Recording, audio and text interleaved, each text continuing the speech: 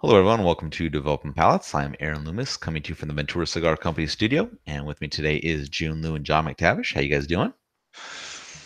Eh, all right. Not bad. Yeah, Good, Not bad. good man. Happy December. that's right. Mm. So today we are talking about the Crown Heads Court Reserve 18 Robusto.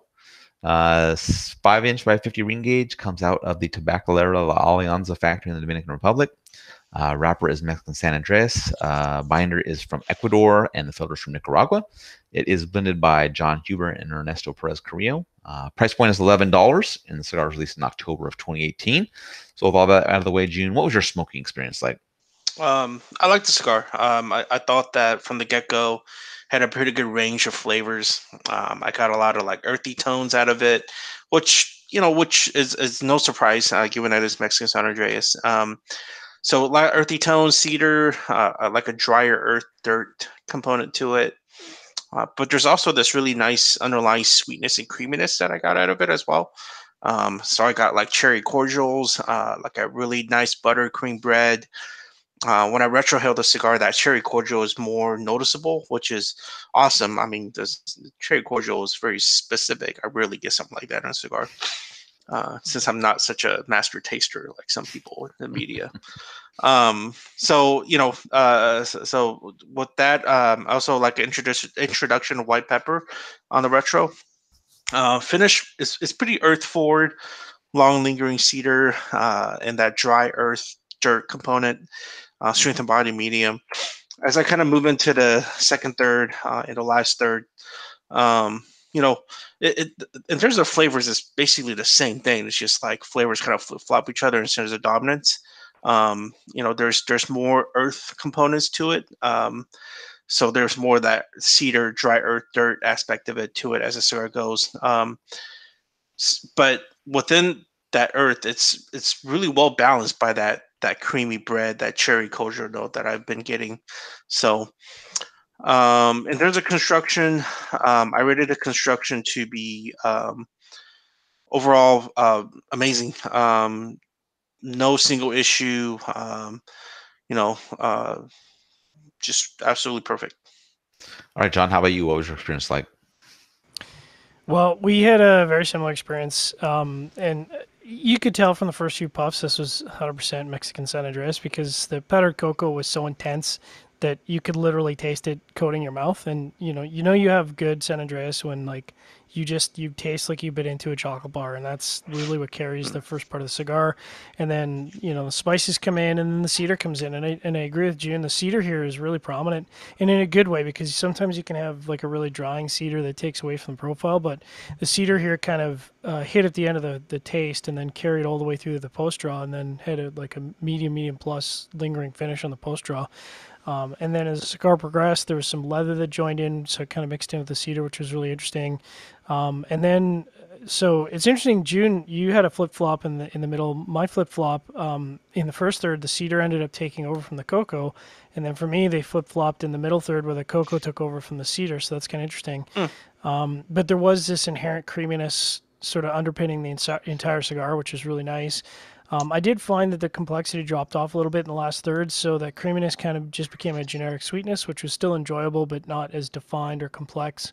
And then the cedar note wasn't, again, as defined or complex in the last third, and the cocoa was kind of absent from the last third. In terms of burning construction, same experience. I mean, it's literally perfect. Like the razor sharp burn, ash was 1.5 inch plus, and you'd be hard pressed to knock it off most of the time. And draw was just one notch into the resistance spectrum, which I had to dock it because it's a Robusto. But other than that, great experience in construction. What about you? Uh, Hashtag fire the buncher. Yeah. So for me, dark wood with a mixture like black pepper and baking spice. A little further in, a little creaminess joins in, kind of takes the rougher edges off that profile. About an inch in, cream's right behind that dark wood, while the black pepper baking spice mixture is kind of more of a pepper heavy now, and it's smooth and in the background. Retrohale is even mixed with dark wood, cream, and the black pepper. And then as the first surge wrapping up, the wood doesn't seem as dark as it was before. Cream remains right behind it. Black pepper kind of lost that baking spice pairing and sits in the background. Strength is right around medium. Getting in the second third, wood gains a little bit of char. Cream still right behind it. A little further in, the char starts to increase a little bit more. Pepper decreases a little bit. Retrohale kind of has that charred wood and cream at equal levels with a little bit of black pepper in the background. As that second third's wrapping up, char continues to increase. Cream still slightly behind it. Pepper in the background has medium length finish to it. Strength is slightly above medium. And in the final third, cream becomes even with the charred wood. Black pepper still very faint in the background. A little further in the retrohale's got a creamy wood note to it. And then about an inch in the profile is really just a creamy charred wood. And then as things wrap up, the cream fades back a little bit, and the charred wood moves up front there, and the strength drops back down to medium. In regards to construction, the burn was a little bit wavy at times, but it was perfect with others. Ash held on an 1.5 inch increments, so really good. And in regards to the draw, I thought it was perfect with just the right amount of resistance that I prefer. So Jiunn, overall, what were your thoughts on this one?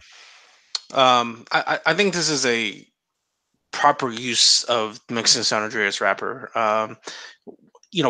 Like what John was saying earlier, Mexican San Andreas could be a bit too like earth dominant and wood dominant kind of a profile, but this cigar did a really good job of mixing that in with giving it creaminess and giving it stone fruit, and it was just that perfect addition and balancing it out. you know, I I really enjoyed it. This is probably within Mexican San Andreas stuff that's came out that we review this year. That's new. It's right up there in line with that La Barba Ricochet that we had earlier this year. How about you, John? What are your overall thoughts on this one? Yeah, I'm going to echo a lot of what Jiunn said. So often with Mexican San Andreas, you can have a lot of minerality or earthiness, and I find that really takes away from the core value of the tobacco, which to me is creaminess, cedar, and chocolate.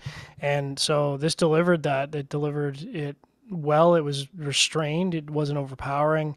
The cigar itself was medium throughout. This is the kind of cigar that I enjoy sitting down and reviewing because I'm not disappointed. So what about you, Aaron? Yeah, I mean, I like the flavor profile. It stayed pretty good until the final third one kind of dropped down a little bit. Construction is really good, so you don't have to worry about it. Just kind of focus on flavors there. Strength kind of right around medium the whole way, so nothing really detracting there. I was pretty happy with the cigar. And I think it was just maybe a mental trick in regards to the size of the bands. It made me feel like the cigar was a bit small. Yeah. So I'm very interested in smoke. I've been interested in smoking a longer, maybe a Toro or something like that. I don't remember what all Vitolas this comes in, but I'm interested in smoking a little bit longer Vitola just to see how the profile progresses through the thirds. But I mean, I think if you're a Crown Heads fan or you're an EPC fan, there's going to be things that you find here that you kind of are familiar to you, and it'll be something that you enjoy. It's not like it's a departure for either one of those for something that's completely different. So I thought it was a good cigar. So getting the scores, Jiunn, you gave it a 7.17. I gave it a 6.72, and John gave it a 6.67. So Jiunn, 7.17. That match up well for you? Yeah, that means consistently good tasting flavor profile with perfect construction. Yeah, I was just right behind you. I mean, I just had to drop down in the final third for flavor and one notch down in burn, so I was pretty close to you. How about you, John? Same. I had one notch down in flavor complexity in the last third, and then just a slight tag for the draw. But anytime you're in the high sixes or low sevens, I mean, I know people like to bust on our scores, but that's a really good cigar. That's a cigar that people should be putting on their Christmas list. Yep, exactly. Any other thoughts from you guys on this one? Nope. I just say that it was kind of delivered as a premium cigar, and it's whenever I see that, I always get a little concerned because there's so many premium cigars that have not lived up to that. Right. So it's kind of nice to have a really well packaged cigar that delivers on flavor as well. Yeah, that's true. All right, if you're just catching this video on YouTube, be sure to subscribe to us, but also check out the full written review on the website, developmentbalance.com. Follow us on all the social media channels, and you can catch all of our review recaps on podcasts, iTunes, Google Play, and Podbean.